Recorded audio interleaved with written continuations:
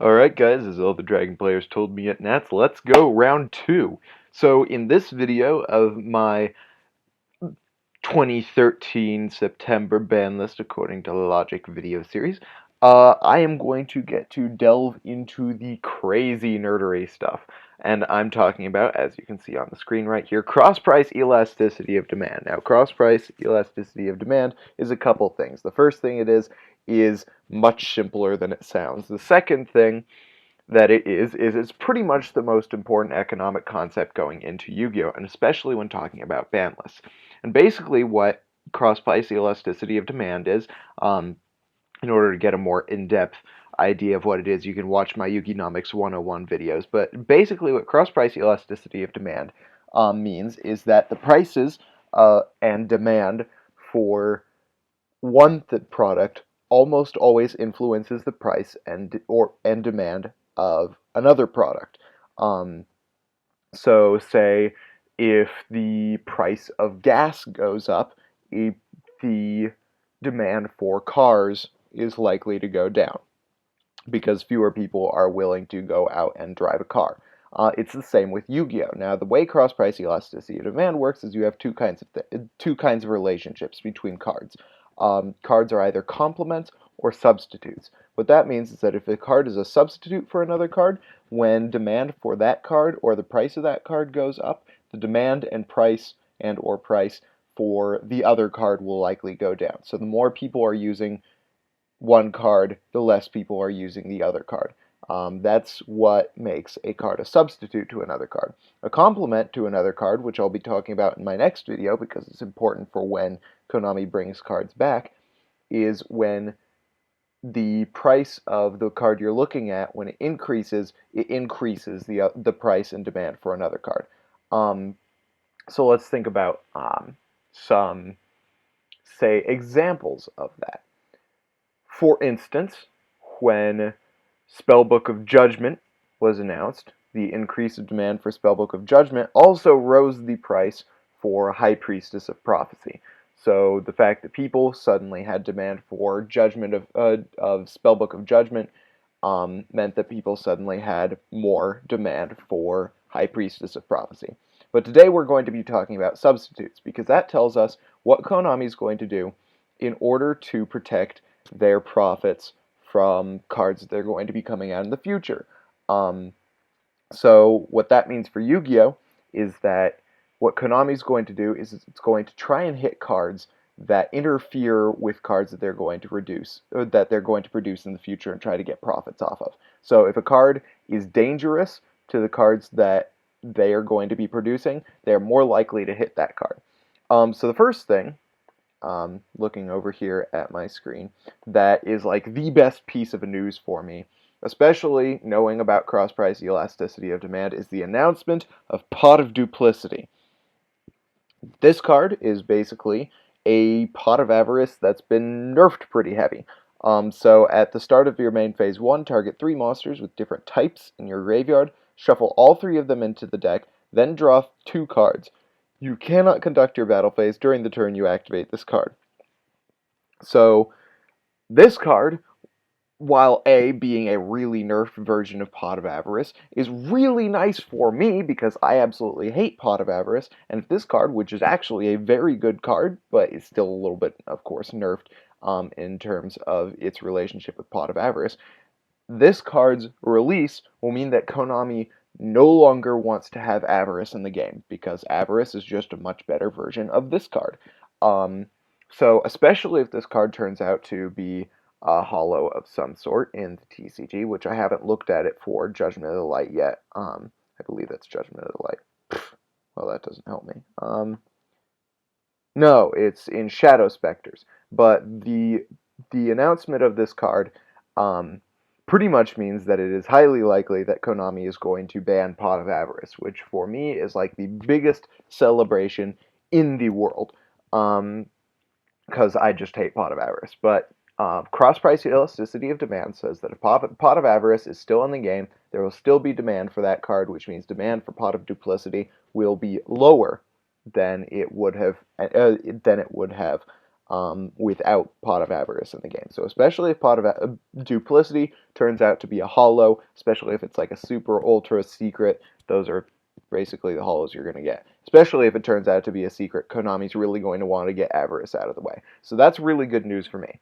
The next thing we want to look at when talking about um, Konami hitting individual cards, which is really the focus of this video, is what cards are dangerous to the decks that Konami plans on promoting more this fall. And for that, I have another unnecessarily complicated document. It isn't really, but I just didn't really need to make this. So this is just a layout of a few decks that I was looking at, or a few types of decks. This is more like synchrocentric Junkdopoly stuff. That Konami's probably going to be promoting a lot in the near future.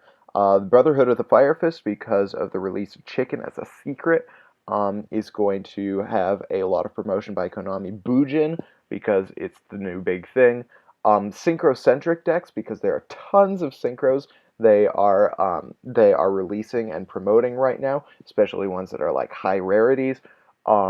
Means that they're going to take that into account. And then Mecha Phantom Beasts, because with the release of Shadow Specters, that deck will actually be extremely viable and possibly top tier. We don't know yet, though. So let's go down the list with Brofist. You've got Deck Lockdown, Skill Drain, Macro, Max C, Mind Crush, MST, Ryo, and Valor. Those are the things that, in my opinion, are the things that I thought of that hurt Brotherhood of the Fire Fist the most. Now, in my opinion, the things that hurt it the most, especially in the 3-axis build, are Macro, Ryo, and MST. Just because Macro stops their effects from activating, it really hurts the Chicken Spirit engine. There are just so many things that Macro does bad for that deck. And then Ryo, because it prevents them from searching, it keeps them from accessing their extra deck, which is incredibly important. So Ryo also shuts down the Chicken Spirit engine. And then MST, because it helps to counter a lot of the cards in that deck that are actually really important for the deck to function properly. Then we go to Bujin. Bujin also is hurt by Deck Lockdown. They're hurt by D-Fissure as well as Macro, because of those cards that need to be in the graveyard in order to function properly. Then Mind Crush, once again, because they add a lot of cards from their deck to their hand. And if they've got that Habakiri, the Crane, then it would be really bad for you to hit them with a Mind Crush and take out all the Cranes in their hand, because that's pretty much the most important card. So then MST, because once again, pretty much the same reason as Brofist, because they rely a lot on things like Tanky and back row in order to back them up. And if you can MST the cards that they use for more lockdowny stuff, like say Vanity's Emptiness, then they are going to be hit hard by that. And then once again, of course, Ryo, because they depend so heavily on searching cards out from their deck. And if they can't search cards out from their deck with, Tanky or Yamato, then they're really going to have to go into that Susanoo, which means that Ryo is just going to negate that and cause them more issues. So once again, Ryo seems to be a common factor here. Then we have Compulsory, Drain, D-Fissure, Macro, Max C, and Ryo hitting the Synchrocentric deck, which is a really important thing to look at because of the heavy promotion of Synchro monsters. And in my opinion, the thing that Konami is most likely to hit here is Compulsory. The reason being, if you're really trying to promote Synchros, the one thing that is most dangerous to you is easy spot removal for Synchros, which is exactly what Compulsory Evac device does, is it just takes out a Synchro right then and there. At any time you want it. If they've got a Synchro, you compulsate. You can just do it pretty much any time, except for the turn that you set it. But really, in the end, that doesn't matter that much. The other thing about Compulsory that makes Konami more likely to hit it is the fact that it has actually been damaging this current format. They have justification for hitting Compulsory right now. They have background justification, and they have an investment to make in the future by taking down compulsory. Once again, drain isn't helpful. D-Fissure macro is showing up quite a bit so far. I think that's one thing we're going to have to look for. Max C, I don't think they're going to hit hand traps, but then Ryo, once again, another common factor, this time once again because they rely so heavily on those inherent summons from their extra deck. Then you've got the Mech Beasts that have compulsory again as a big factor. Then Drain, Max C, Macro, once again, has showed up in every single one of these, and then Ryo. So these are the things that are really going to hurt the decks that Konami's promoting at the moment that they seem to be really pushing for. In the near future, you're just seeing tons of articles coming from that direction and just heavy support for Mecha Phantom Beasts. I am aware that they have the Ghost Trick cards that I'll actually be talking about a little in the next video, and the vampires and stuff. But for the most part, the vampires and the Ghost Tricks are hurt by the same things that these decks are hurt by. So what does this mean for the ban list itself? Well, I've just got kind of a quick little thing here, and I should add this card. So these are the cards that, so far as I've looked at, besides Avarice, which I think is going to get banned. I think there's a significant possibility that based on the release of Pot of Duplicity, they are going to hit Avarice finally. But other than that, these are the cards I think are most likely to get hit.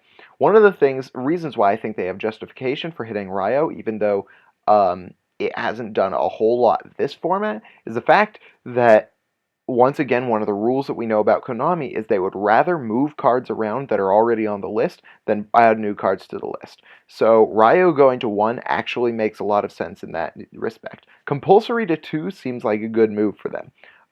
It's kind of what they did with Ryo last format, and what they seem to do when they've got one card that's going to hurt them a lot at 3, but is just going to be obnoxious at 2. So I think compulsory to 2 is a highly likely thing, because it hurts that synchrocentric deck. It really hurts the Mecha Phantom Beasts because their biggest power seems to come from their extra deck. And when they're trying to promote cards, the worst thing for that is just instant spot removal for those cards. I think Macro is highly likely to get hit because it has done significant damage this format. It hits every single deck that they have coming out in the near future. And then MST, it seems like it might happen. My only issue with their hitting MST is they have not announced any reprints for something like Nightbeam, which is a substitute for MST. They haven't really announced any money-making reprints, which means that they have very little motivation to hit MST, especially if they're hitting all of these other things that are really detrimental to their decks. So while MST is a possibility, I think it's less of a possibility than the other two. So I give it about a 70% chance that Compulse goes to 2 and Ryo goes to 1, and about a 50% chance that Macrocosmos goes to 2, not 1.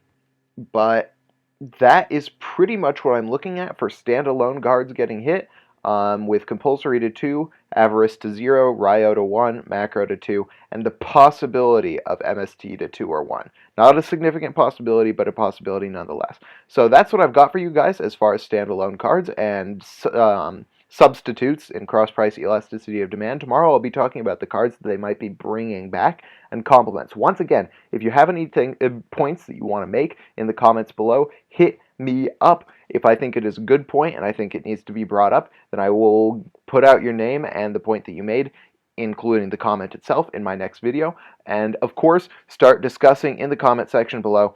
If you want to discuss even further, hit up my Facebook page, and then just, discuss. Hit that like button if you enjoyed the video. Let me know why you didn't, if you didn't. And then subscribe for more Yu-Gi-Oh! Videos. This is the RJB0, and I got a jet.